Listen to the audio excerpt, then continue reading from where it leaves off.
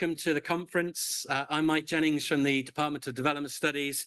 Before I give my formal welcome, as convener of the conference, I'm going to hand over to Laura Hammond, our Deputy Vice-Chancellor of Research and Knowledge Exchange, although far more importantly from the perspective of the conference, she's a member of the Department of Development Studies and a past member of the Development Studies Association Council. Laura.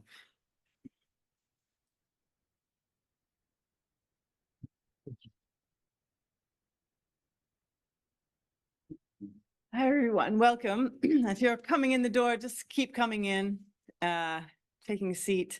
If people are sitting on the edges of the aisles, if you can move in to allow people to take up seats, that would be great. Yeah, as Mike says, I'm really, really happy to welcome you to SOAS today, not just in my role as Deputy Vice Chancellor for Research, but really more importantly, because development studies is my home field. I've been since 2007 here in the Development Studies Department.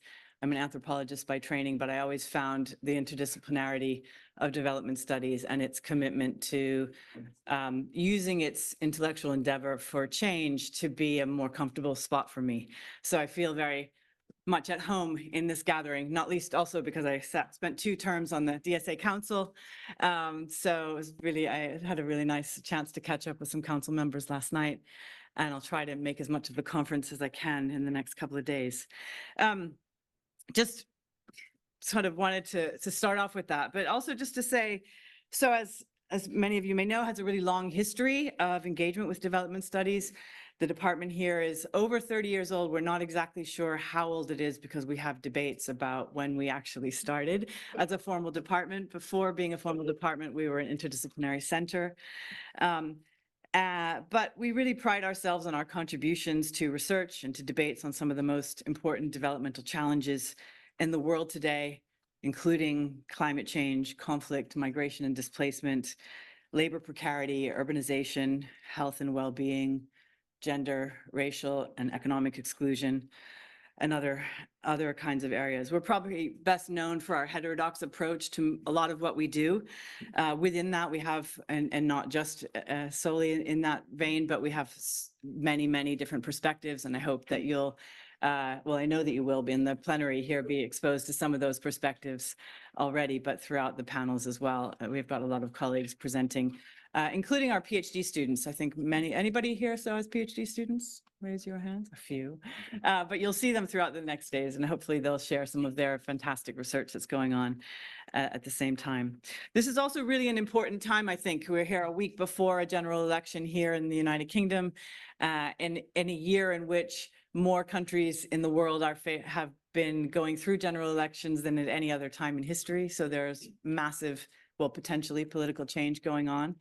And I think that gives us a moment and an opportunity to think from our own discipline here about the kinds of challenges and opportunities that presents. So we have a possibility of contributing to and potentially shaping the narratives on things like the rising populist narratives that promote exclusion and discrimination, the opportunities to shape the trajectory of work, to respond to the climate emergency, to shine a light on inequalities that emerge from unequal or misguided development, the opportunities to comment on the horrific examples of war and genocide that are going on, not just in Gaza, but also in other places. Ethiopia is where I work, and it's just a really matter of concern to me as well. So a whole host of really important, very relevant topics that we are really well placed to contribute to the debates about, to try to shape the directions that we go. I think, as I said, as a discipline, we've always been unapologetic about our desire to use our intellectual pursuits in the pursuit of a better world. And that's what's attracted me to this field, and many of you, I assume, as well. I really hope that this conference will be inspiring to you, will be regenerating at the end of what's been a very long academic year for many of us, and that you'll emerge from the conference with new alliances, friendships, collaborations and partnerships that will take you forward into the future. So really have a great conference. I hope to see some of you in and around over the next few days. I'll be coming and going as I can. But yeah, have a great time, and welcome to SOAS again.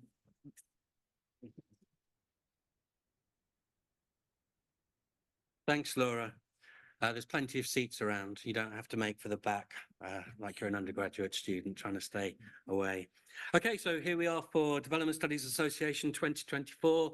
It's great to see you. Welcome to the Department of the Development Studies Association Conference, which is hosted this year by the Department of Development Studies and the Department of Economics here at SOAS. And we're really glad to see so many people here. There are many more who are attending the conference as a whole remotely. So hello as well to our online participants. In fact, there are over 700 people. I think there's more than 500 people, something like 529 people here on campus, and another more than 200 attending remotely. So it's a fantastic collective endeavor. We're set up, as you know, for 3 days of really interesting papers, discussions, both in the formal sessions and in those informal conversations that take place around the conference. Our theme this year, as a reminder, is social justice and development in a polarizing world.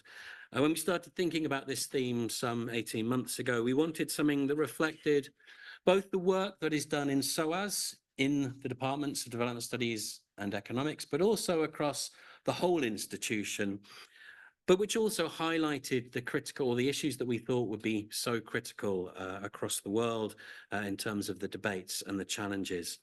And within that overall theme, we've got 3 strands. Firstly, rights and representation. Secondly, redistribution and restoration. And thirdly, reproduction and production.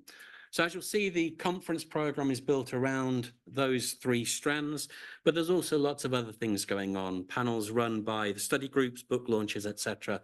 So please do have a careful look at that program to see all the things that are going on and what you can take part in. Alongside the panels and the roundtables, we're going to have what are going to be really interesting keynote speakers built around the 3 themes of the conference. We're starting today with Professor Shirin Rai. Professor Naomi Hussain will be speaking tomorrow, and then Professor Jimmy Adesina will be bringing us to a close on Friday. As you may know, one of the things the DSA does is to award prizes for the best master's dissertation in development studies and the best PhD in development studies. And we're really pleased that the winners of this year's prizes are here. I don't know, are you here in this room? We've got, yes, we have 2, thank you. And they're going to be presenting their work on the conference. I sit on the panel that looks at them, and all of the submissions are fantastic. Of course, our winners and highly commended, especially so. In terms of the Master's Prize, the winner, Ana Palma Garcia, wrote her dissertation at ODS on co-constructing notions of inclusion with deaf women in Colombia throughout cooperative inquiry. She'll be presenting her work on Thursday in panel P06, so that's the morning panel between 9 and 10:30. Oh, yes. Thanks, Dan. Our highly commended master's dissertation student Mengjun Huang wrote at ODID, who wrote her dissertation on pursuing freedom in Beijing's urban waste economy, desire, becoming, and loss of rural migrant waste workers in China, will be presenting her work on Friday in panel P15 in the afternoon session 3 to 4:30. So well done to her as well. In terms of the PhD prize, the winner, Francesca Chu, from the School of Global Development at UEA, wrote her thesis on transforming the outskirts, planning, property, and people in urban Myanmar. And she'll be presenting on Thursday, 27th of June in panel P21 between 4 p.m. and 5:30. So well done, Francesca. And our highly commended PhD thesis was by Ana Colamiras, who wrote from the Development Policy and Practice at Open University. And she wrote her thesis on citizenship capabilities and instant messaging in Western Kenya, an intersectional approach. Unfortunately, she'll be attending the conference online. And you can find, so well done, Anna, as well. And you can find more details about their work on the DSA conference website. It's fantastic, and we're really pleased to be able to do this. And it shows that the future of our discipline is in safe hands when you see the quality of work that is being submitted for this prize. So well done, everyone. Organising a conference of this size, as I'm sure you would expect, is a huge amount of work. So there's quite a lot of thank yous that I need to make. Firstly, thanks to SOAS for hosting us and for contributing financially to help support Global South scholars in being able to come. I'd also like to thank my colleagues on the SOAS organising committee. It's a huge amount of work in reviewing the panels and getting things set up, and they all worked incredibly hard to make what is going to be a really successful conference. And thanks to colleagues in the wider departments as well, who contributed in discussions around the theme and in kind of publicising this conference and attending and putting in papers. I've already mentioned our plenary speakers, but I would like to thank them in advance for their, what I know are going to be interesting talks, and to all the presenters, all the discussants, all the chairs and the conveners of the panel. That's what makes the conference. So thanks everyone for putting things in and for putting together what is going to be a fantastic set of presentations. A huge thanks needs to go, as for every DSA conference, to our amazing Nomad IT team, who effectively do all of the work. They put everything together, they make sure it runs smoothly, they send me and others emails to remind us of the things that we were supposed to do, which we haven't. It's a huge job, they do it so well, so the success of the conference is really to them.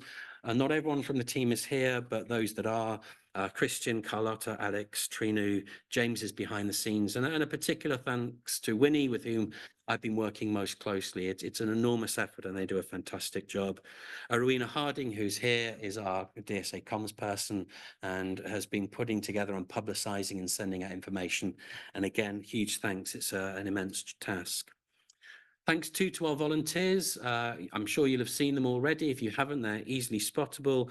If you have any problems, any issues, if you can't find a room, if you're not sure how something works, if you just want advice generally on where to go and what to do, look out for our volunteers. They'll be very happy to help, and thanks in advance for all the work that you're going to be doing over the next few days.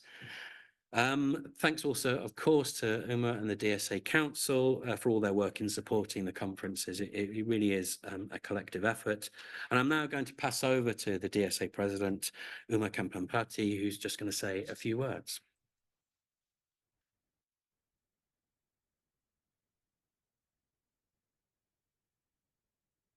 Thanks, Mike. Not a lot for me to say except welcome. This is, of course, as you know, the DSA 2024 conference. The conference is a big event in the DSA calendar. It's 3 days this time and a lot of activities around the conference. As Mike said, the theme this time is social justice and development in a polarizing world. I think all of us are aware and know that the world is polarizing. We also are aware of the challenges that it raises for dialogue across politics, across ideologies, across disciplinary boundaries even. What the DSA does and does very well is to bring people together to have these dialogues in what we hope is a safe space. And so I think I would like to thank SOAS for setting this up for us, for giving us the opportunity. It's a fabulous program, so please do have a look at it. And there's a lot of it, so decide what you want to go to. And other than that, well, welcome everybody, and hope to see you around the conference over the next 3 days. Thank you.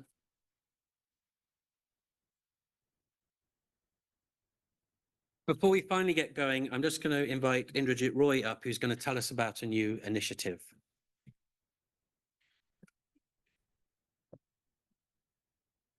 Thank you, Mike. Thank you, everyone. Welcome.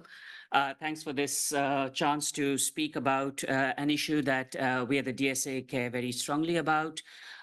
This year's theme is on social justice, and as part of the DSA's commitment to social justice, as well as broader questions of emancipation and equality, several of us have been having conversations around decolonizing development. You've all been part of these conversations and have had very interesting and useful thoughts. One of the suggestions that has come up has been to have a directory of colleagues, scholars, experts on decolonization of development, because that term has come to mean so many things that it's almost become a buzzword. So what does it mean? What does it not mean? What sorts of boundaries can we draw around it? Is something that we're all very keen to sort of engage with.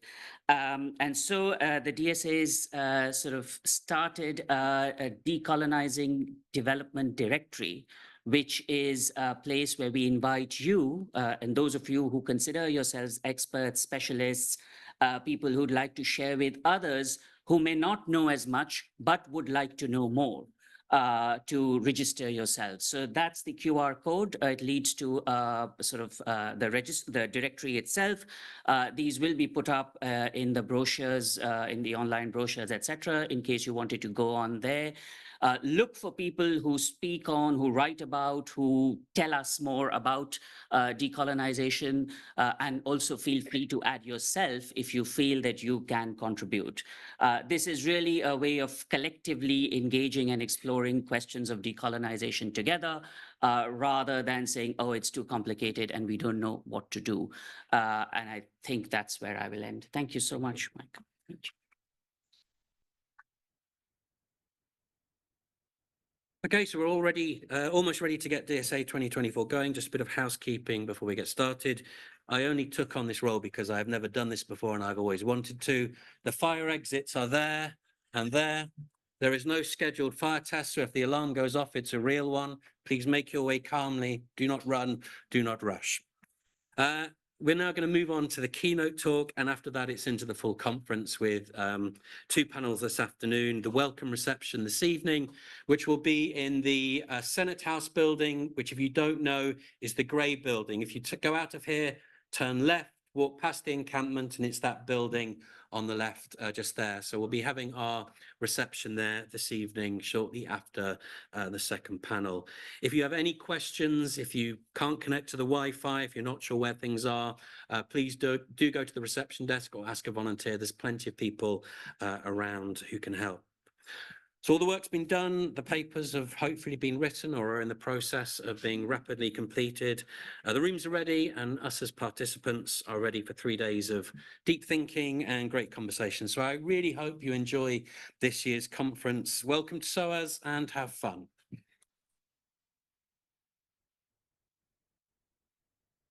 And I'm now going to hand over to Dr. Alessandra Mezzadri, who's going to be chairing our first keynote lecture from Professor Shirin Rai.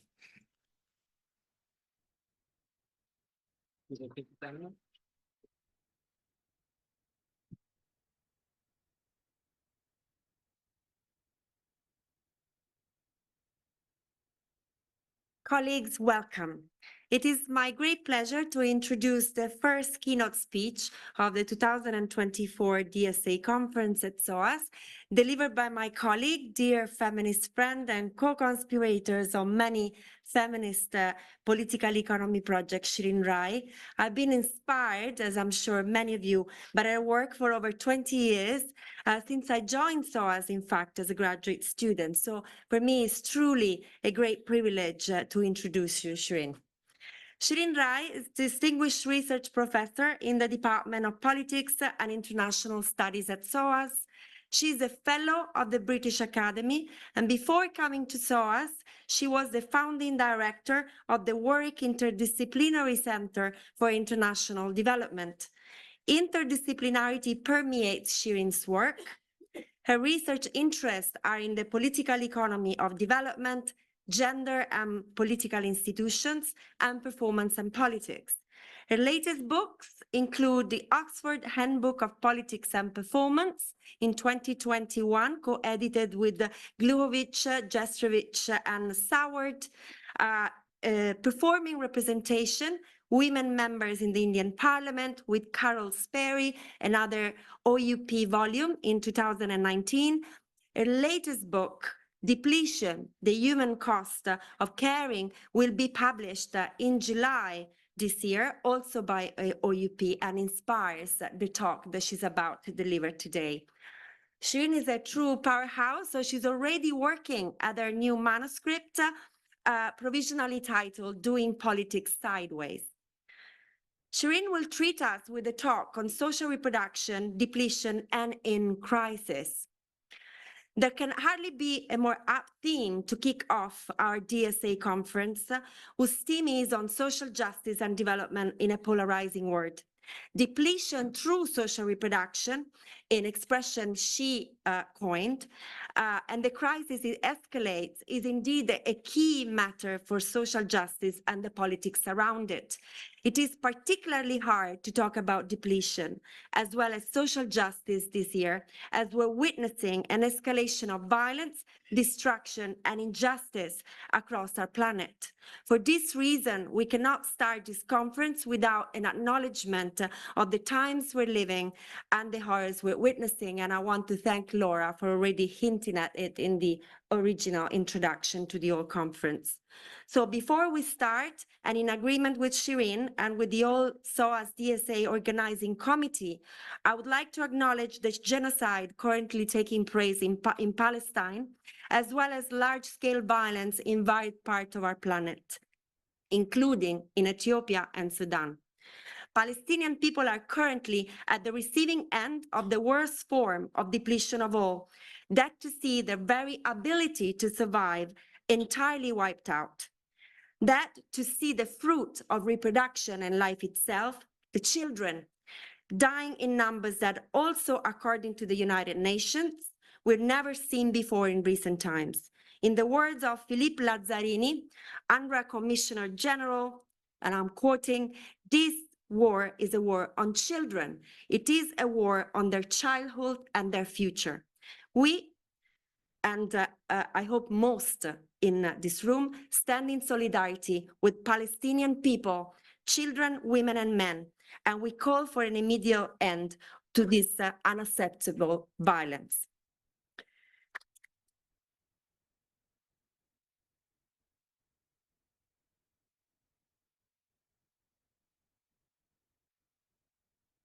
Without further ado, please join me in welcoming Shirin Rai at DSA 2024 at SOAS. She will talk for 45 minutes, and this will be followed by a Q&A session of around the same time. Shirin, welcome.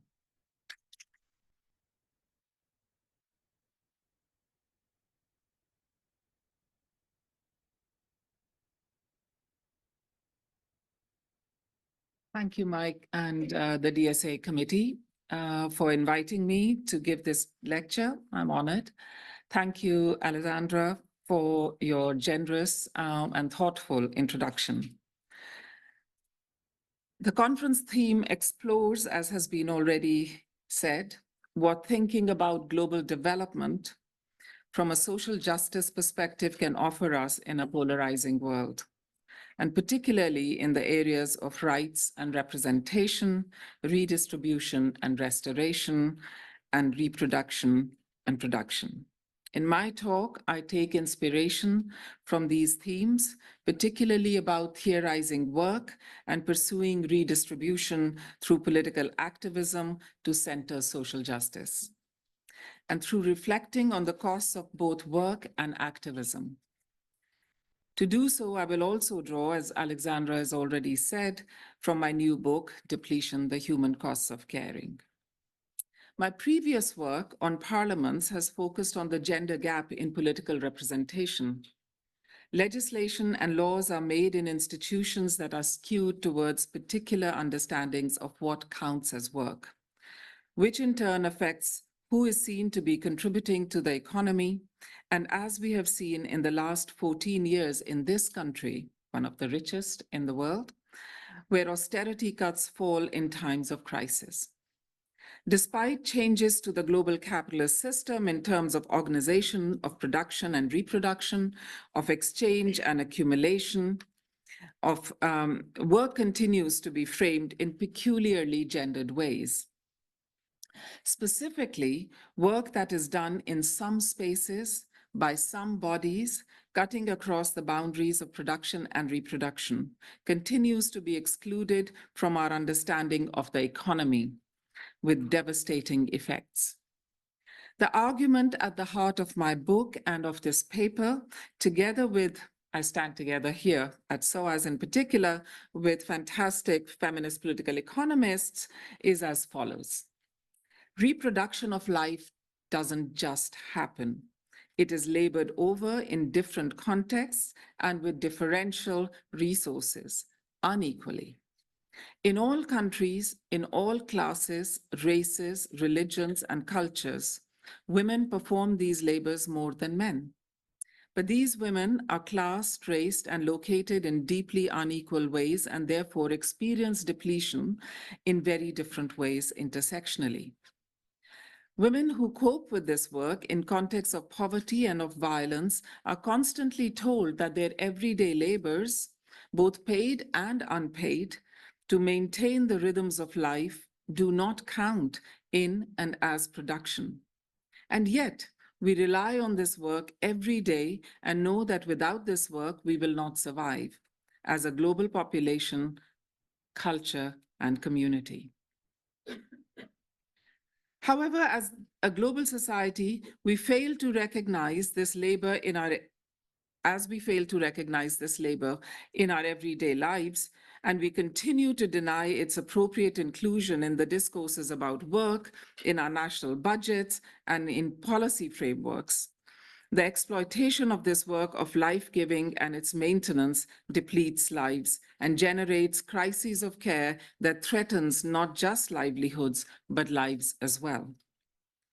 The denial of this work is institutionalized through our methodologies of accounting for work, through our ideological positioning of domestic work, through cultural and social gendered norms.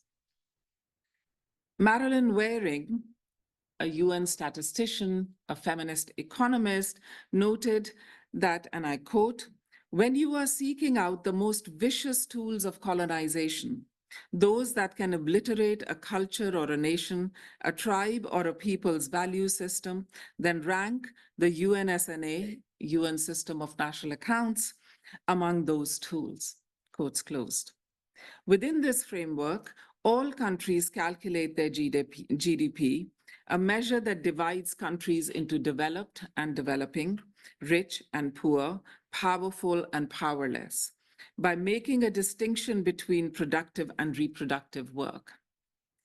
The travesty that is the GDP continues to measure imperfectly and patently wrongly, and yet continues to be the dominant tool of the global economy, marginalizing those who are economically poor, lack influence, and attract little attention and investment other than through extraction, accumulation, and attendant upon these, depletion.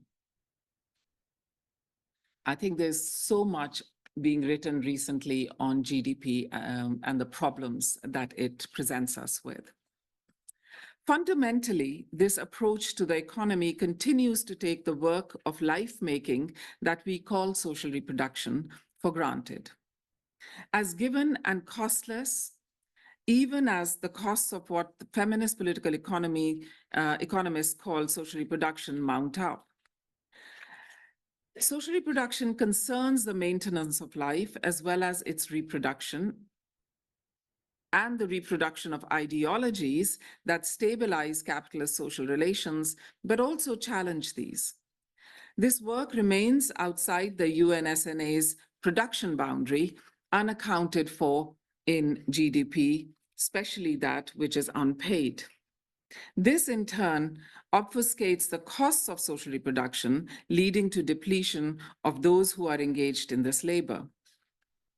The concept depletion through social reproduction was inspired by Diane Elson's observation that care work is not endlessly elastic, and by the work of green economists who suggested environmental depletion needs to be debited from the GDP to get an understanding of its impact on our economy and society.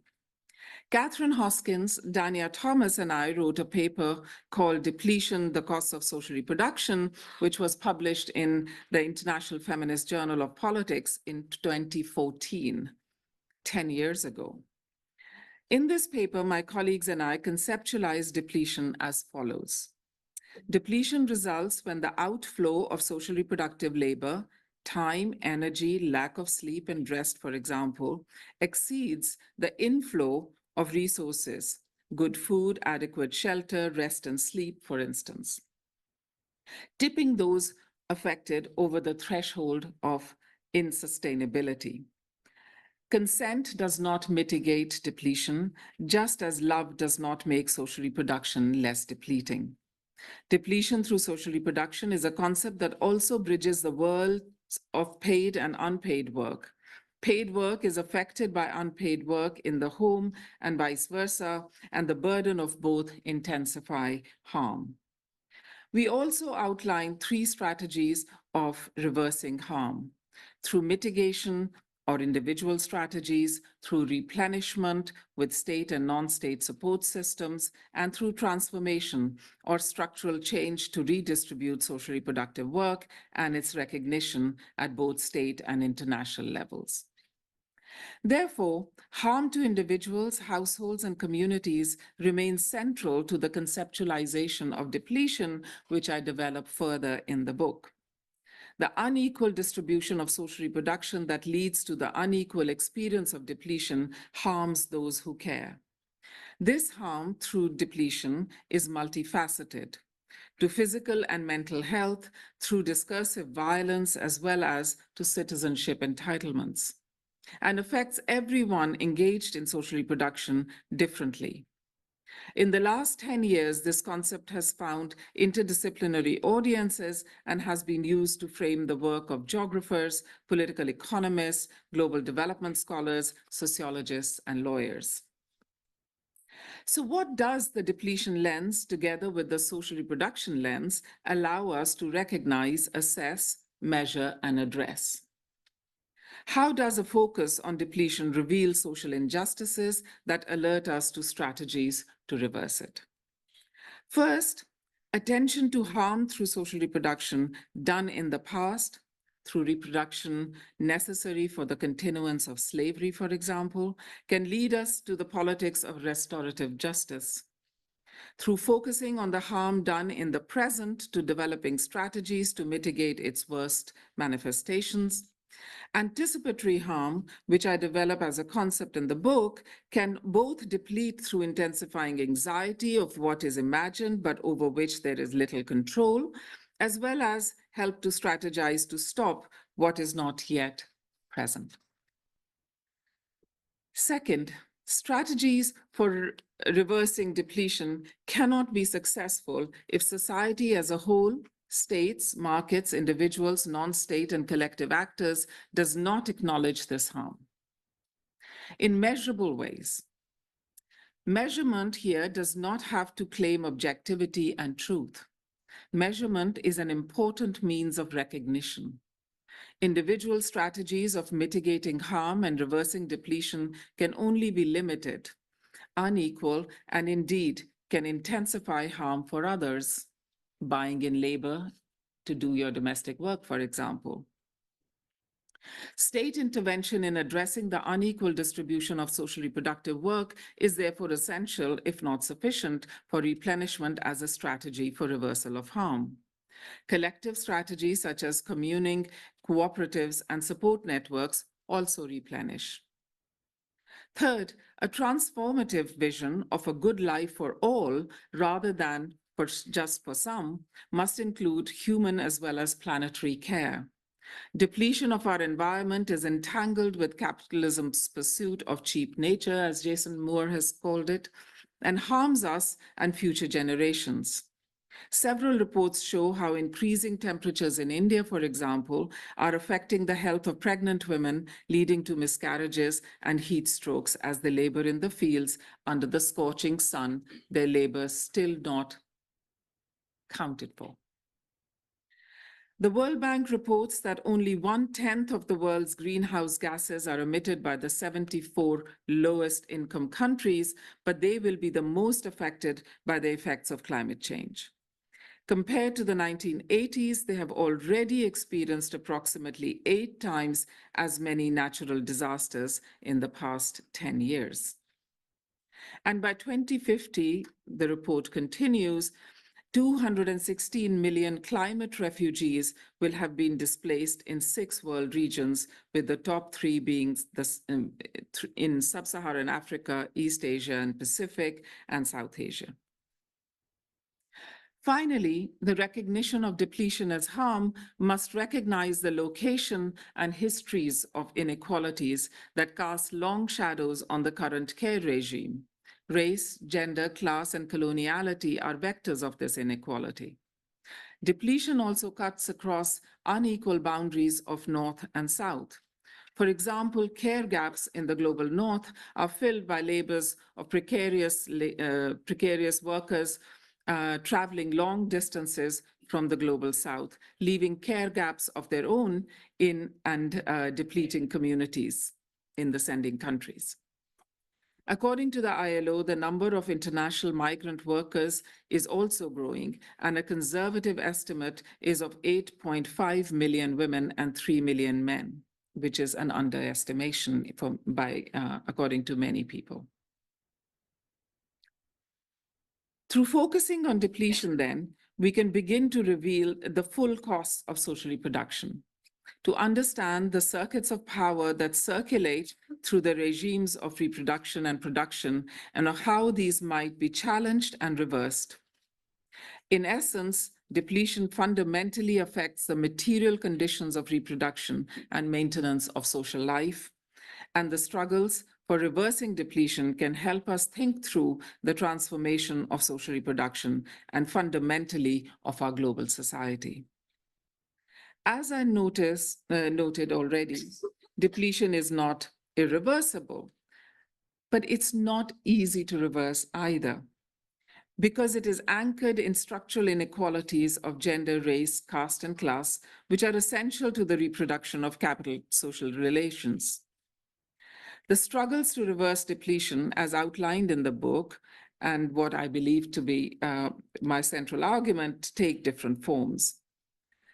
Through individual attempts to develop networks of friendships or laments against not being able to do so, depending upon extended family networks, through strategies of self-care wherever possible, and through challenging and holding the state accountable through political mobilizations. State discourse of development, for example, in South Africa is backed by inviting foreign capital to invest in mining in the Kolobeni region in Eastern Cape, which has revealed deep connections between gender relations, environmental extractivism, and temporalities of depletion, harming communities and their life worlds. And I talk about this and I write about this in the book by looking at the work of a photographer. His name is Tom Pierce, and do go and look up his exhibitions online. One is called The Price of Gold, and this one is called Kolobeni. In terms of just holding the state accountable and how this community is so worried about what is to happen. So how does anticipatory harm lead to intensified depletion? Holding the state accountable and stopping anticipated harms is an ongoing struggle, which includes legal strategies and popular mobilizations. But the question that I also want to raise here is that mobilization is not without costs. So in this particular struggle, there have been lots of violence by the state against those who mobilize against the mining company. In other struggles as well, I've written about that in the past, the question emerges, who does social reproductive work when you are doing political work outside? So does intensifying depletion result from political mobilization? And what can we do to support that? Support mobilizations, but also to campaign for redistribution of social reproductive work. In all these struggles, of course, location matters.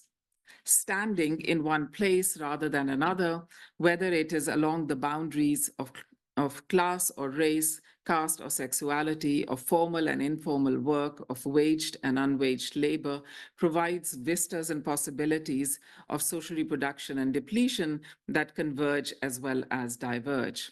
And this is something that we are working on at SOAS, a group of us, feminist political economists, in trying to pluralize what we call pluralizing socially productive production approaches, by thinking about how standing in one place, the global south, changes our understanding of social reproduction as well. So it doesn't just change our understanding of what production is and what social reproduction is, but also how do we rethink some of the aspects of social reproduction.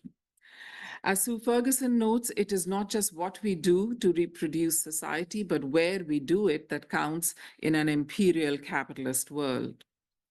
If location is taken seriously, the family form and as well as the understanding of production and social reproduction and the place of labor and work in capitalism would have to be rethought, as would then the consequent different forms of depletion. If the binary that is generated in the global north between productive and reproductive realms is not always sustainable in the global south, then different forms of depletion become relevant to our discussion. Without decentering the analysis of social reproduction and through it of depletion, a North-centric approach can also undermine efforts to build solidarities across laboring boundaries, laboring classes. I would suggest that depletion as a concept also decenters.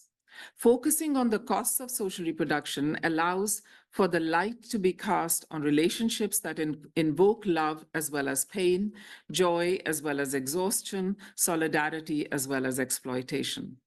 Depletion as a concept decenters middle-class notions of care that obfuscate the complexity of the labor of care by revealing the circuits of power in which social reproduction is enmeshed, which depletes individuals, households, and communities with different intensity, leaving significantly diverse routes out of it, depending on their socioeconomic locations. When I was working originally on this conceptualizing depletion, I went and talked to, because of my interest in the GDP, the person who was chairing the GDP unit in the Office of National Accounts. And he assured me that changing the calculation of the GDP is not a problem for statisticians, just like Marilyn Waring told us in 1988.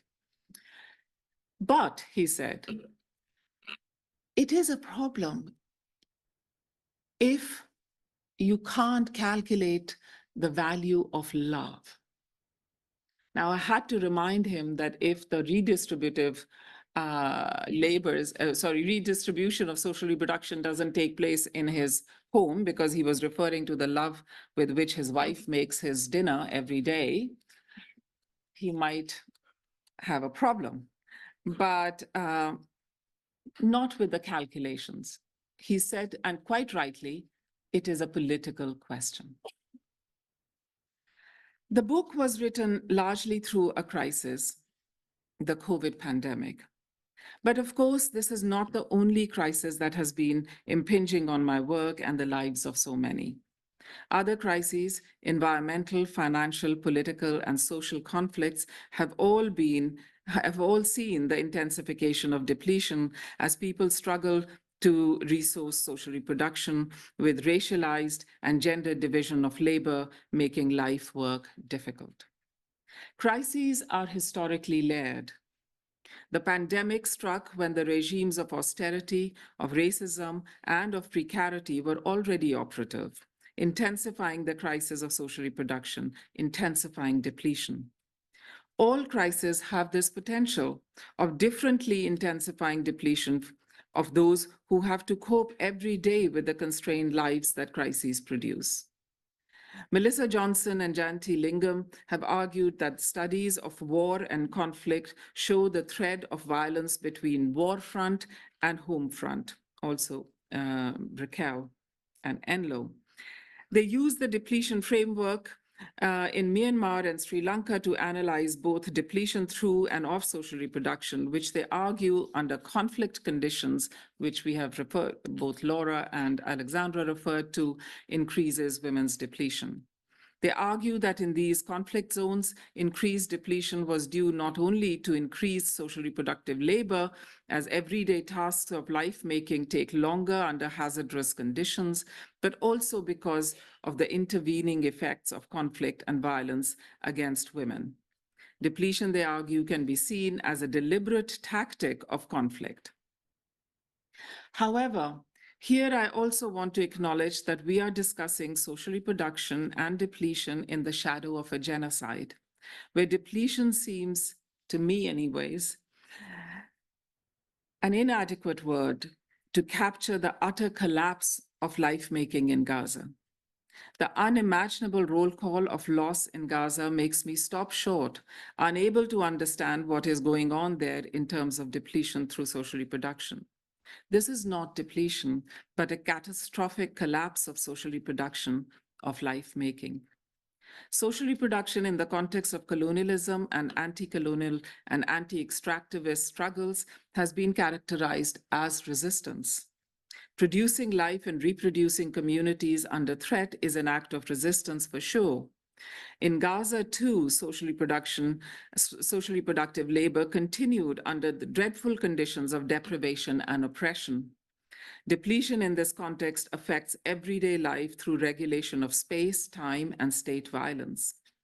To survive was also to resist, as Chilmerian and Pratt have argued in the context of a systematic Israeli policy of elimination of Palestinians.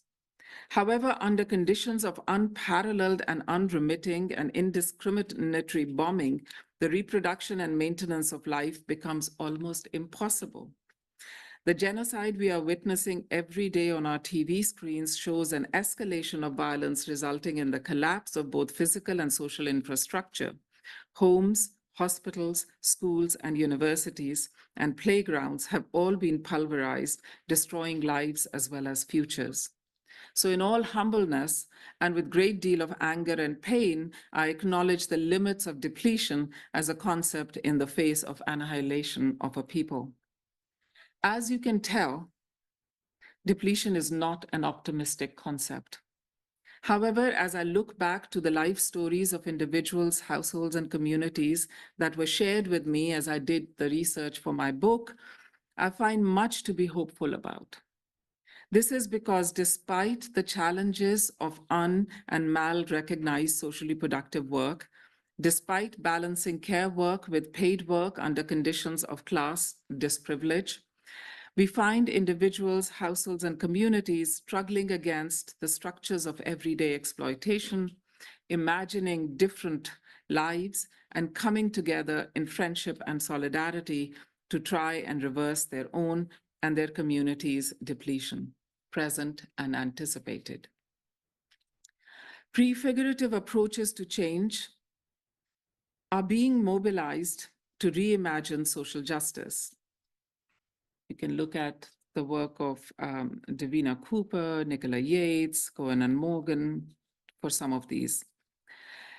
In the context of social reproduction, this means addressing both care and caring such that those who care do not suffer continuing depletion of and through this work. However, these prefigurative imaginaries are also embedded in long histories of gendered, classed, and raced oppressions and locations, as I've already noted, issues not only of recognition, but also of redistribution. State and non-state actors have a role to play in these reimaginings, but they also do this within constraints of historical structures of empire and of capitalism.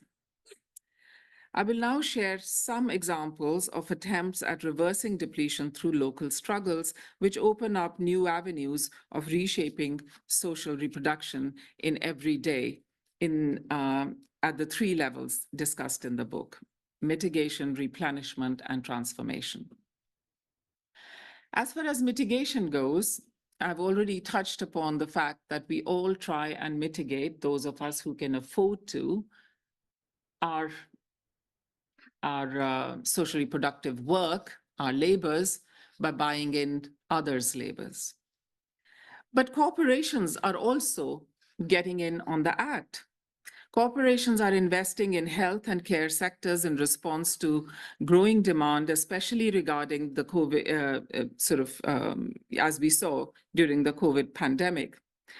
Deloitte's report on public health notes, and I quote, "Reimagining the future of public health will require to forge new partnerships across public and private healthcare providers, new sources of investment for the wellness of communities, fresh market entrants bringing in diverse skills and expertise, and taking significant strides for digitizing public health."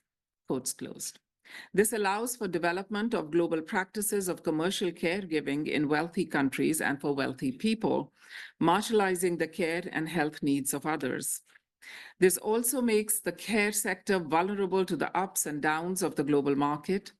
Sudden closures of care homes as a result of market fluctuations, increase in prices of rent, electricity, and food costs, for example, undermines these mitigatory strategies and increases depletion in periods of economic crises. Other innovative approaches to care imagine mitigation through use of technology. Film and television project AI robotic domestic workers, when all of us will be masters and nobody will be slaves, except those robots, and experts in health to look to digital technology to save money and free up human clinical time, and to build hospitals without walls, again, from that Deloitte report. Mitigation is the most prominent strategy of reversing depletion. It, however, remains largely individualized and connects the worlds of paid and unpaid social reproduction. Replenishment, like mitigation, is an important but limited strategy, I would argue, to reverse depletion. In lobbying the state, most feminist social policy debates on care focus on how to mobilize state resources that are fiscal, discursive, and policy-oriented. This results in internal tensions in state policy, austerity, migration controls, regulation of care homes, funding of social care as opposed to health and medical care, taxation, insurance. All of these are connected and affect articulation of care policies in the global north.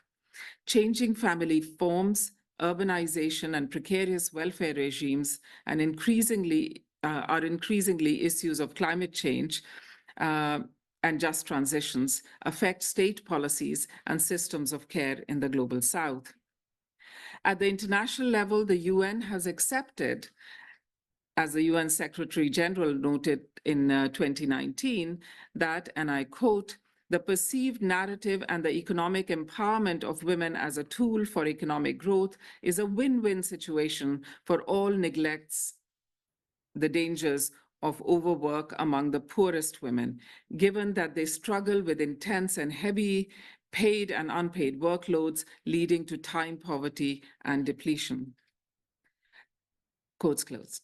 Struggles for recognition of social reproductive work, then, especially unpaid care work, have resulted in shifts in international social policy, especially if you look at SDG 5.4, which calls for the recognition of unpaid care work. All these agreements contain legally binding obligations for states to address the issues of inequality and improvement in conditions of work. However, there is practically no progress in revising the calculation parameters of GDP as a measure for growth, and indeed development despite strong critiques of this measure, with ongoing consequences for reframing social reproductive work. I think I did some work on this. If you look at SDG 5 and SDG 8, which is sort of, conditions of work, together you find that tension between GDP not being challenged, and yet the demand for women's work or sort of unpaid work to be counted remains very evident. These contradictory signals in international policy framing then lead to a logjam that is far from resolving the issues of depletion and of recognizing, reducing, and redistributing unpaid care and domestic work, which Diane Nelson called the 3 Rs, triple R. Non-state initiatives to care for the planet are taking off as well. Some, like the Kolobeni community's struggles against mining and dispossession that I have discussed, anticipate harm and take legal action. Others bear witness to harms to the land done in the past, such as the Knitting Nanas of Australia working with Indigenous women. An important initiative has been young people taking their governments to court to protect their futures. In the USA's first constitutional climate trial in 2023, the judge ruled in favor of a group of young plaintiffs who had accused state officials in Montana of violating their rights to a healthy environment. And Europe's highest human rights court, in a landmark ruling that could have implications across the continent, ruled that countries must better protect their people from the consequences of climate change, siding with a group of older Swiss women against their government. But the legislature in Switzerland has just rejected this ruling, despite the fact that 42% of MPs in the Swiss parliament are women. Politics matters. Peace activism, such as people protesting on the streets of London every other Saturday against the war in Gaza, demanding ceasefire now, needs also to focus on rebuilding of social infrastructure after peace, of hospitals, schools, universities, but also shifts in the gendered division of domestic labors. Such envisioning of doing social reproduction differently can be critically important to reverse depletion. But all this activism, as I've already noted, also requires labor, in addition to the everyday labors of social reproduction. Depletion that then attaches itself to these labors for change, often leading to burnout. The sustainability of social movements requires the redistribution of social reproductive work. Constant vigilance against backsliding and backlash also generates depletion. The 2 steps forward, 1 step backwards, or often political status after campaigns, can lead to disappointment, disengagement, and depletion of not only political communities of struggle, but also imagining new futures of transformation. So transformation and struggles towards it need more radical approaches that challenge the current status quo. Debates about universal basic income, about degrowth, post-development, about commoning of land and labor, all seek to transform our current modes of social reproduction, of people's well-being, and of environments that we are embedded in. There is also a returning interest in Marxism and of ideas of socialism, of economic arrangements and social practices that supplant dominant capitalist forms. Futuring imaginaries also include methodological approaches. GDP, including unpaid social reproduction, for example, or including in GDP unpaid social reproduction. Although one could argue that the household satellite accounts already tell us what the value of this labor is, the fact that the GDP does not yet include either the depletion of environment or the value of social reproduction means that policies based on these calculations of economic growth continue to compound and exacerbate the consequences of depletion. Thus, campaigns to include both environmental and social reproductive depletion in GDP calculations continue. In practical, concrete, and everyday utopias that Panich and Ginden talked about, we can reimagine our world then. How do we approach this change? Redistribution of resources, of labor can be generated only through struggle, for which cross-border alliances are essential, whether these borders are of identities, of class, or of nationalities. However, mobilization for change have also been marked by inequalities. Without developing alliances across these border differences, what Nancy Fraser has called boundary struggles, change cannot happen. Alliances without recognition of histories of oppression and of unequal social relations can only be fragile. Building sustainable and reflexive solidarities that link networks working to reverse depletion is therefore an urgent political task. Speaking and listening across boundaries of difference is difficult enough at a personal level. To scale it up politically takes a great deal of effort, energy, attention, and care. Solidarities are developed in time and need to be sustained over time.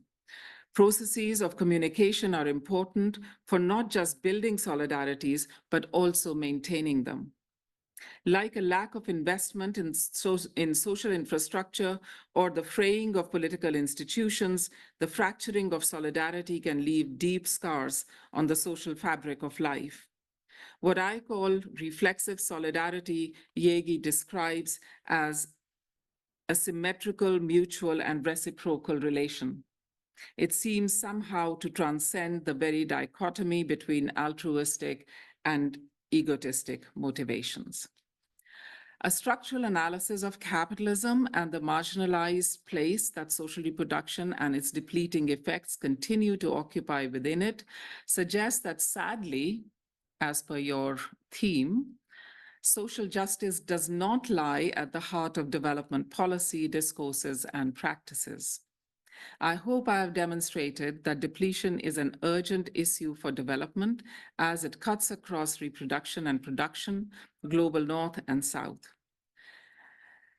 So my book, but also this talk, really is a plea to recognize these costs of social reproduction and to stop the harm to ecologies of life making and is flourishing through mobilizations of new imaginaries and activism that is both reflexive and sustainable. Reversing depletion is urgent and demands a solidaristic and transformative approach to world making. Thank you.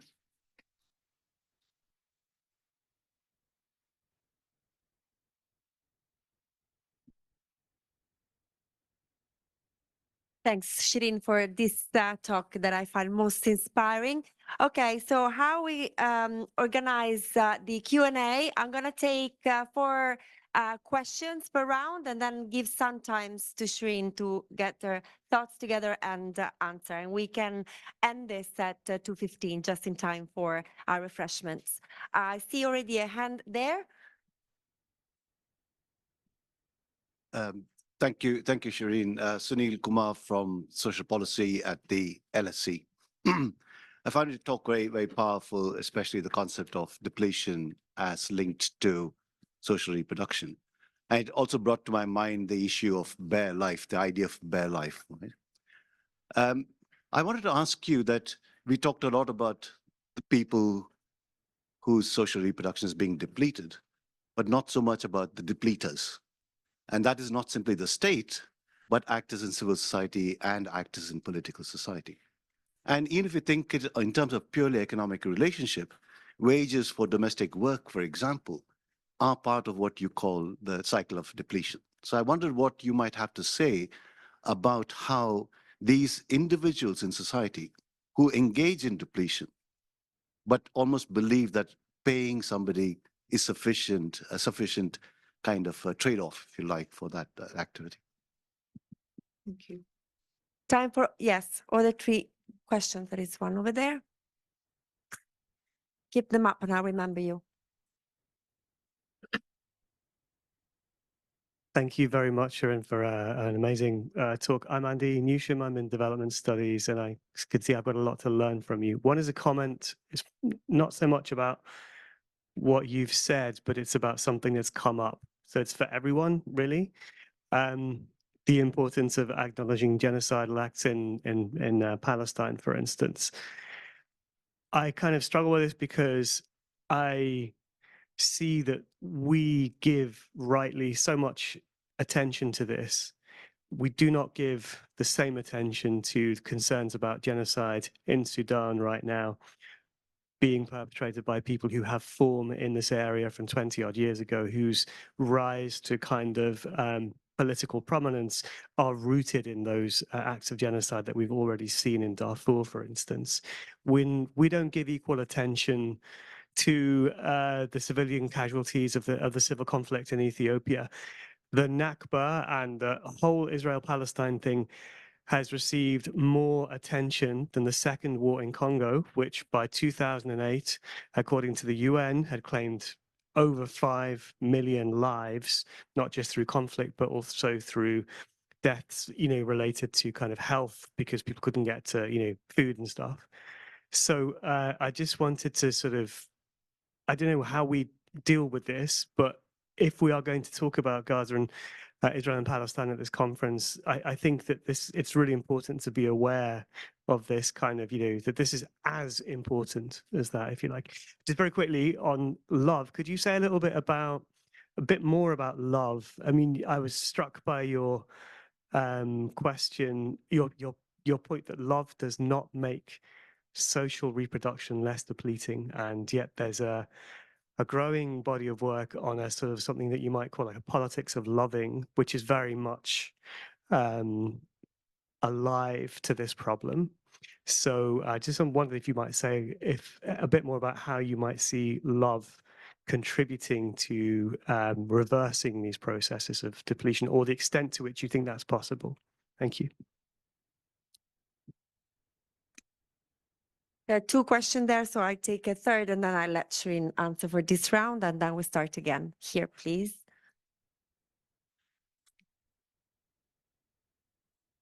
Theo Papiano, Open University. Thanks very much for your talk.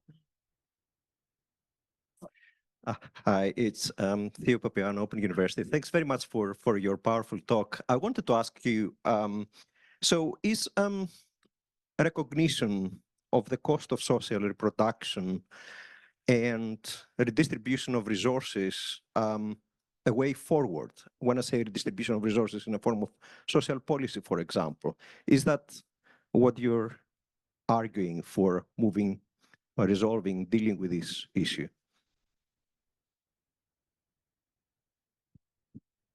Thank you. Thank you for all very important and interesting questions. So let me start with thinking about those who deplete rather than those who are depleted.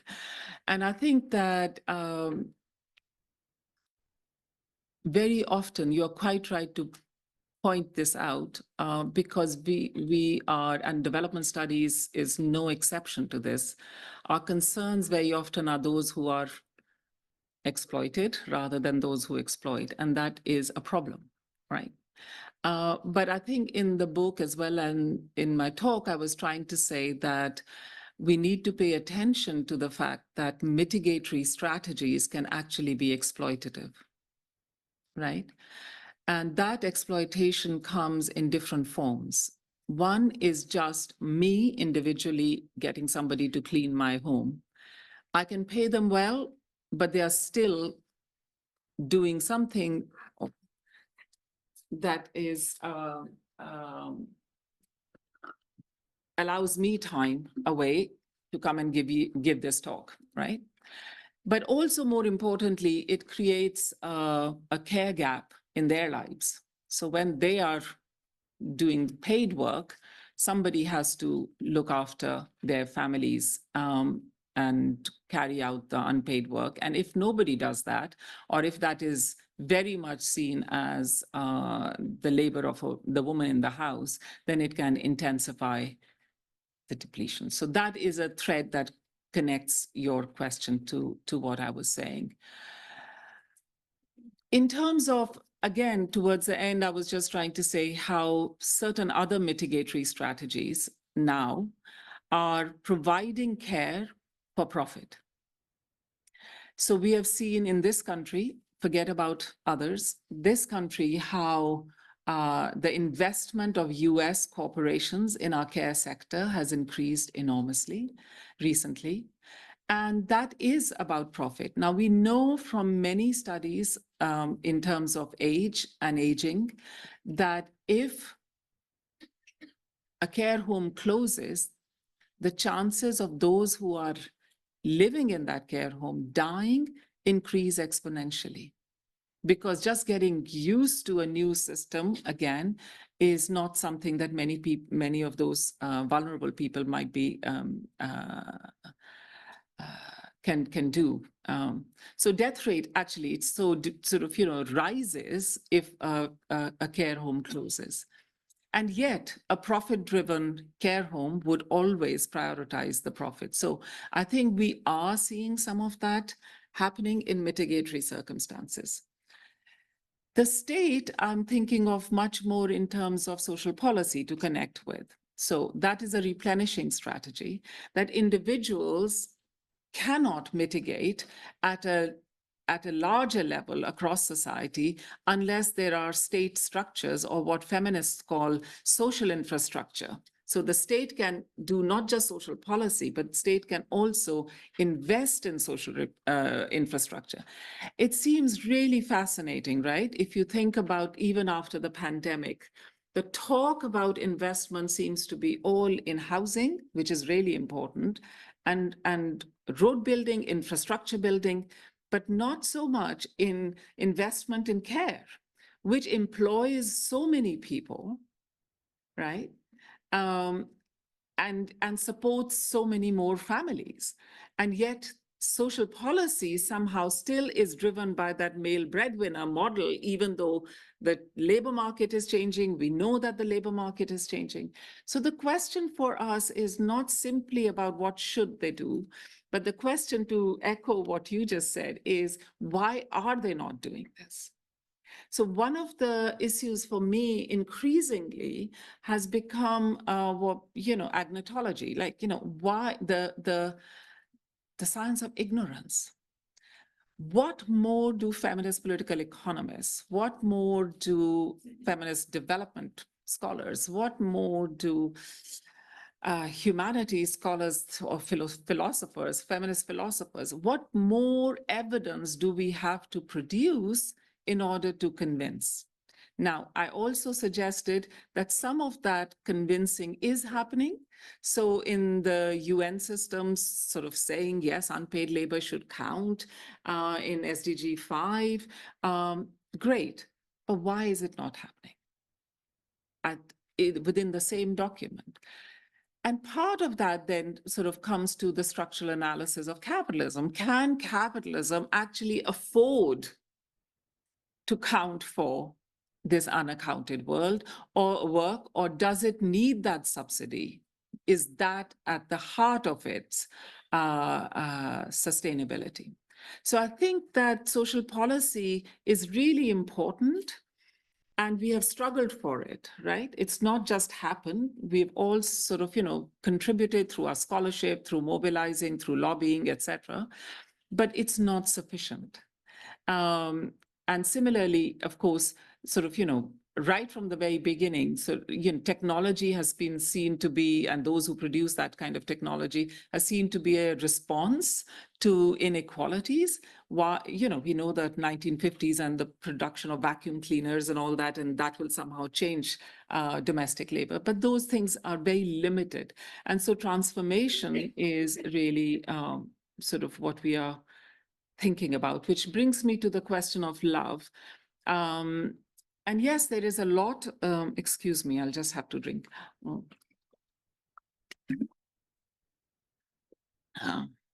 Got these habits of, casteist habits of Indian drinking machine, right? Don't touch it with your mouth. So love does both things. Love oppresses, contracts your worlds, demands loyalties of particular kinds. Love expands horizons. Love wants to redistribute labor. Love does both things. I was not suggesting that love is not a factor. I was suggesting that just because social norms, cultural norms, historical norms distribute labor in particular ways, consent to those norms under the sort of structural conditions within which we operate should not be taken as, oh, well, nobody is objecting. Lack of objection cannot be in these circumstances taken as A, consent, and B, okay in terms of social reproductive labors.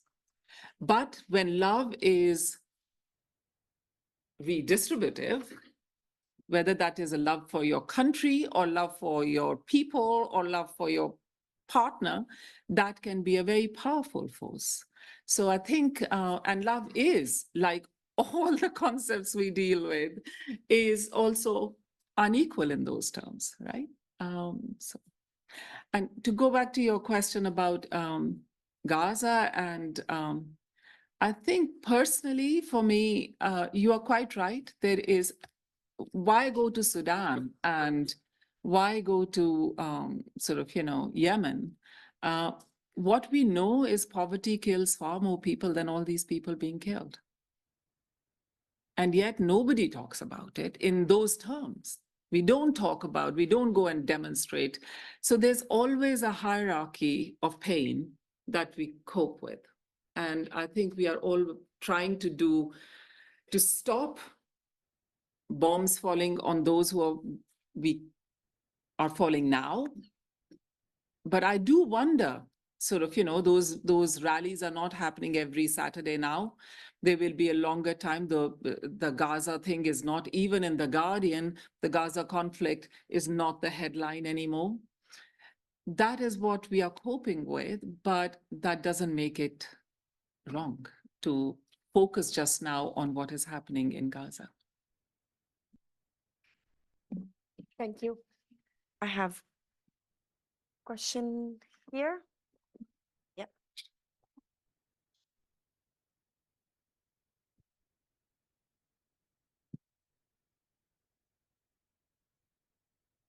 Hi, I'm Sara Stevano from Economics here at SOAS. Thank you so much for the very inspiring talk, Shirin. And as you know, I've been inspired by your work on depletion, even before listening to this talk. I would like to ask you a question about the GDP, which you mentioned a few times. So can you elaborate a bit more on whether you think that accounting for the costs of social reproduction in the GDP statistics is a way to improve how we measure economic activity, but also a way to reverse the processes of depletion? Thank you.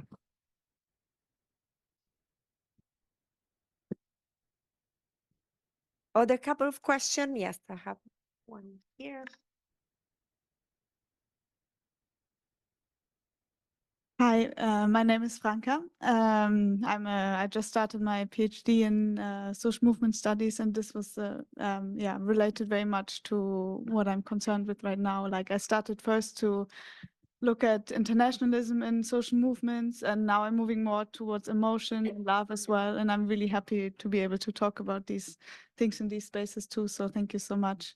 I would love to hear a bit more about, you talked about it, but these conflicting emotions and like activist burnout and depression. It's very widespread right now. Like, it's very hard to stay hopeful. And to what extent is it possible to have love coexisting with these emotions as well? And also, how do you see the difference between love and solidarity? Is it always interpersonal connections, or how do we extend that towards this transformation of the world? And thank you.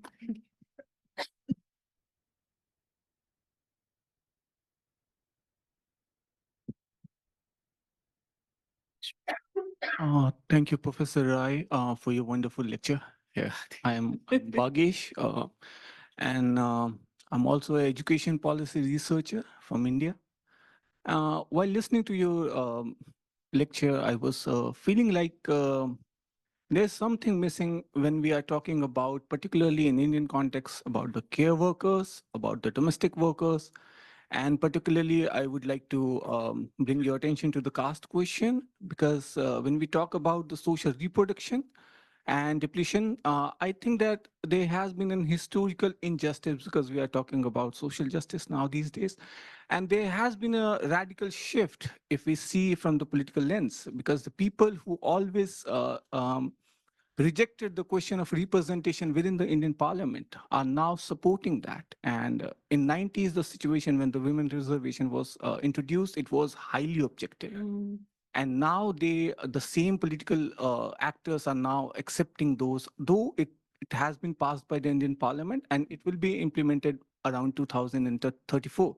So it's still a long way to go for women representation. But I'm more curious about to know, or maybe about your views on how these social realities in this changing political context, where the right wing is also accepting the social representation identities, and how these identities of social reproduction of the historically marginalized identities, particularly Dalit, Adivasi, and Muslim women in Indian context, and how do you see that there's the whole idea of depletion, and how to provide them with a particular place where they can raise their voice on their own. Nobody is going to raise any question for them. So how they will do this? So that is my concern to you. Thank you very much. Right, big questions. Okay, so let's start with Sarah's question on GDP. So I think when I first presented this, there are two aspects to it. One is the technical aspect. How do you value and how do you produce the value of? And that's why I said that sort of household satellite accounts are doing that now. And across a whole range of countries, we now accept that if we were to include social reproduction in the GDP, GDPs would rise by about 20 to 40%, depending on the various technical calculations, which I don't really need to go into just now. So that's the kind of, and that's why the person that I was talking to, he said, it's a statistical issue. It's not a political issue that we are dealing with.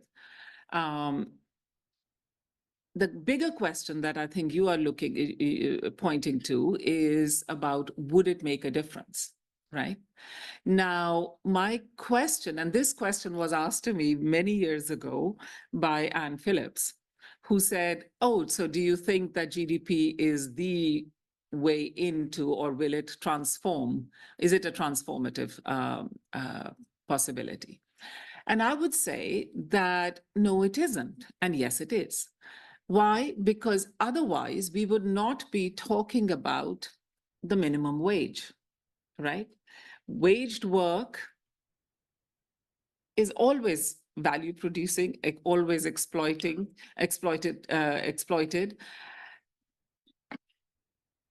And so what do we say? Do we not worry about what a minimum wage should look like? What should be kind of a lack of, the gender gap between labor, sort of, wages for the same labor. All those are political issues as well. Our argument in the original paper, and what I have definitely seen strengthened in the book, was that the problem is, because GDP does not include unpaid labor in particular, but socially productive labor as a category, those who do that labor, and we know that that is a feminized labor in the labor market anyway, so the prices are low, and the wages of those who do this work is low. We know that this work needs to, I've lost the thread of my thought. Yeah. So if this is not recognized, the importance of recognition is that then those who do this work are not seen as contributing to the economy. And if they're not contributing to the economy, they are a drain upon the economy. So that's what I meant about saying that citizenship entitlements get affected if you don't include this. Think about the press talking about hardworking families. Well, what they mean is hardworking, tax-paying families. Everything seems to revolve around who does paid work, what sort of paid work, do they pay their taxes or not? So the whole non-doms thing, et cetera, et cetera. So these are issues which become possible to raise if GDP is calculated differently. So it is a discursive violence that people actually experience every day, to be told, and we know through time use surveys now how long is the day of women who work in the unpaid sector, right? And yet to be told every day that you're not working. There was a wonderful Oxfam 2019 report in India, Oxfam India report, in which they said that allows that discursive violence to be converted into physical violence sometimes, because men think they can, they have the right to expect good food, they have a right to expect timely dinners, they have, blah. So there's a direct connection between discursive and actual violence. The second thing is that if such work is done, then of course, we're going back to the question of social policy, we could see much more interest and investment in social infrastructure than we see now. So on both counts, at the individual level, but also at the state level, we find the relationship shifting. But nothing will happen unless it is not fought over, unless we don't mobilize. So to talk about the second question in terms of love and mobilization, etc., it becomes really important. I mean, this is a struggle, right? These are not some things, sort of, some benefits that are given to you. And yet, as Bernice Reagan said, sort of, like, it is hard work. Not only is it hard work, but in some conditions, it can be very dangerous work. It's okay for us to talk about mobilizing and being empowered, but it can also, empowerment, sort of mobilization can also elicit violence against the person who is mobilizing, people who march, you can be attacked, etc. So we need to think about that aspect of mobilization as well. And so love, for me, I mean, I've not worked on love. I'd love to work on love, but I haven't. And sometimes I do feel that it is, we are now talking about emotion and politics a lot. And I think emotions matter in politics. They matter also in the economy, for the reasons that I just said. So I think that sustainability of political activism needs redistributive aspects of social reproduction. Otherwise, so to go back to your question at the end about India, when I was interviewing women MPs for my book on the Indian Parliament, I was so struck by the fact that they did not have any other strategy for doing social reproductive work other than mitigation. So if they were rich enough, they employed people to look after them. We all know domestic labor market in India is very large.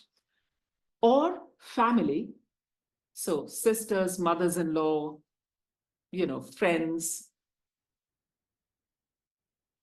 They didn't talk about the state providing proper creches. The parliament doesn't have a proper creche in India. They might want more women in parliament, but what about supporting them? Oh, the problem is always that, individually they will hire a servant or a nanny. So there are issues about institutions being gender unequal.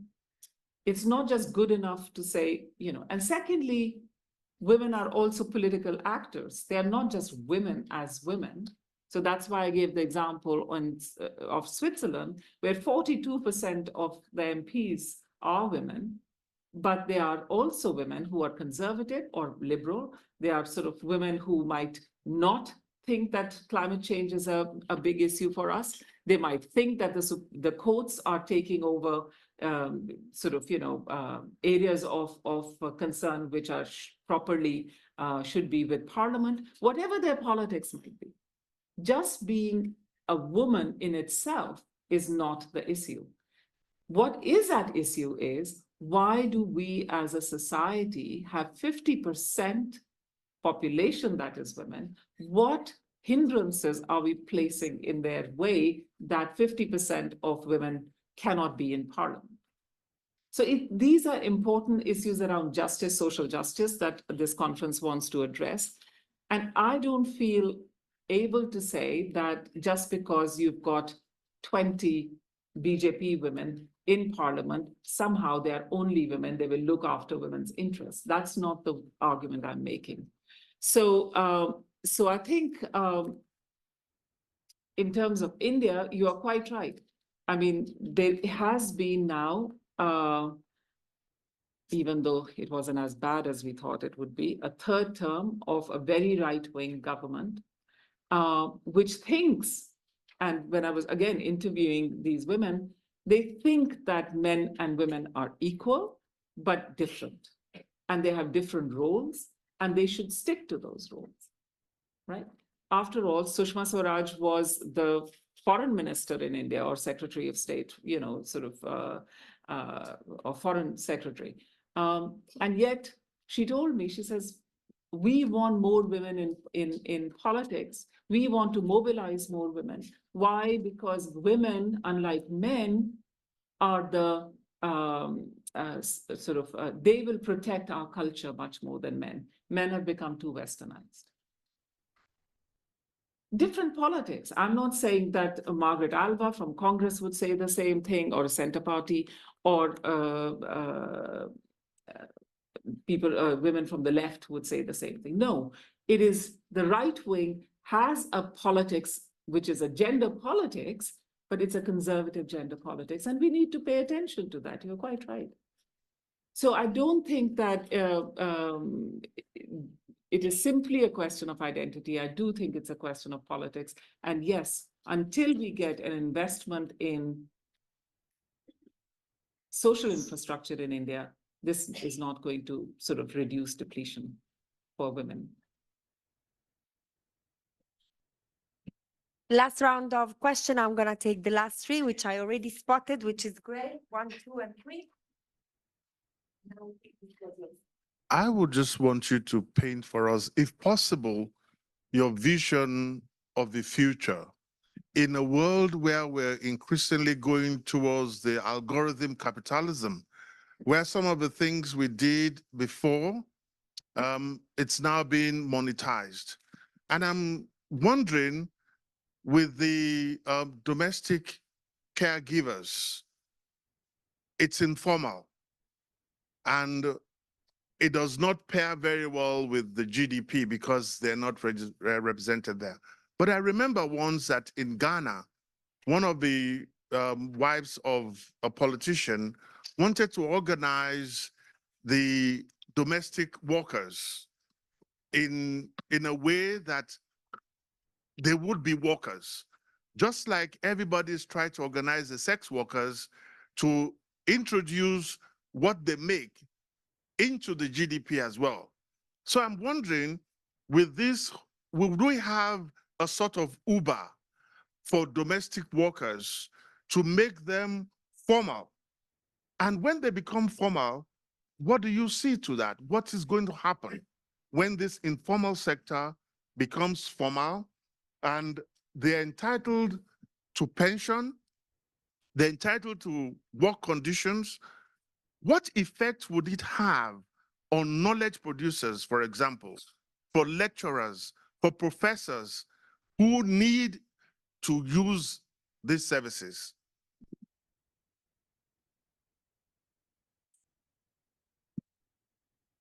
Yeah. Hi, thank you very much for the talk. On the question of politics and social reproduction, just wanted to mention that recently the British Home Office has made it, has stopped visas for partners and children of care workers. And I was just wondering, is this an instance of internationalization of depletion? If we keep the last one short, we give her like 5 minutes to answer. Thank you, Shirin. It will be short, a little slightly controversial. This is Salava Ibrahim. I wanted to ask you about, or wanted to be slightly controversial in your call for solidarity among those who are depleted, because I'm one of those, okay?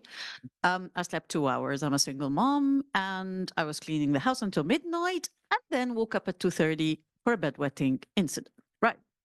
So if we're asking those who have the burden of depletion to do the solidarity, my question is, who has an invested interest to change the system?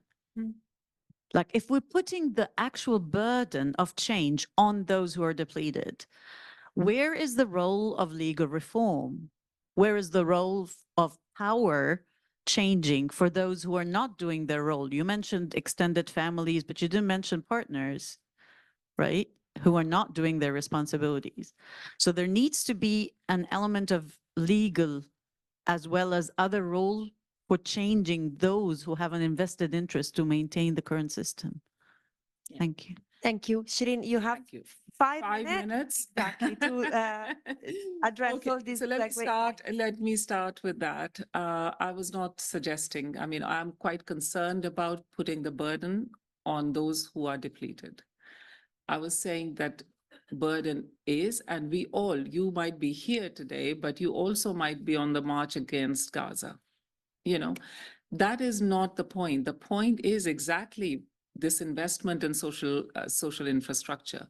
I did not think that, you know, partners should not be involved in. I said those women, those right-wing women talked about their families and actually women in the families. So of course, men and women should both sort of, you know, or partners of whatever gender should both be involved in social reproductive work equally, not just when you want to and when it's convenient. So that is an easy one to answer. But the question that you raise about those who are affected, well, the fact remains that unless those who are affected struggle, those who benefit, going back to the previous question, from exploitation will continue to exploit. So there is no question, but the alliance that I was talking about was more between, and the divisions that I was talking about was more also which we have seen within feminism, right? On grounds of class, on grounds of caste, on grounds of race, on grounds of religion. And my point was that unless you think through reflexively as to how do you sort of, you know, make bridges across those divisions, which we are now much better placed to not only identify, but to reflect upon, those alliances will not last for very long. And the collapse of those alliances then actually is very depleting. Right? If I go to a feminist conference and come back feeling that my voice has not been heard, I feel much worse than when I went expecting solidarity. So that's all, that was the point I was trying to make. In terms of, where are we? Who was that? Sorry, my brain is also, oh yeah, the future and is that internationalizing depletion? Safri and Graham wrote a wonderful piece on the global household. It's quite an old piece now. And we all know from the literature on the care chains, not just production chains, that that's exactly what's happening. As I was also saying, sort of, you know, when you move sort of, you know, across tense borders to come and work in this country as a care worker, somebody's looking after your kids or your older parents or, you know, your community. And so, of course, it is increasing depletion. We also know from time use surveys done for with domestic workers in the United States that your working day has lengthened because you are doing social reproductive work, after paid work, digitally.